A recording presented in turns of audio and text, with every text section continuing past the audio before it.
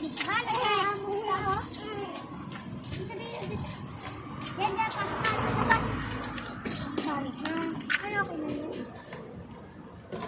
Wala, dito tayo sa kwarto ko. Tulog na ako. Awan ko tayo. Oo, makita ka ng jowa ko. Pagkagalit yun, ayaw niya kasi ako kasama iba eh.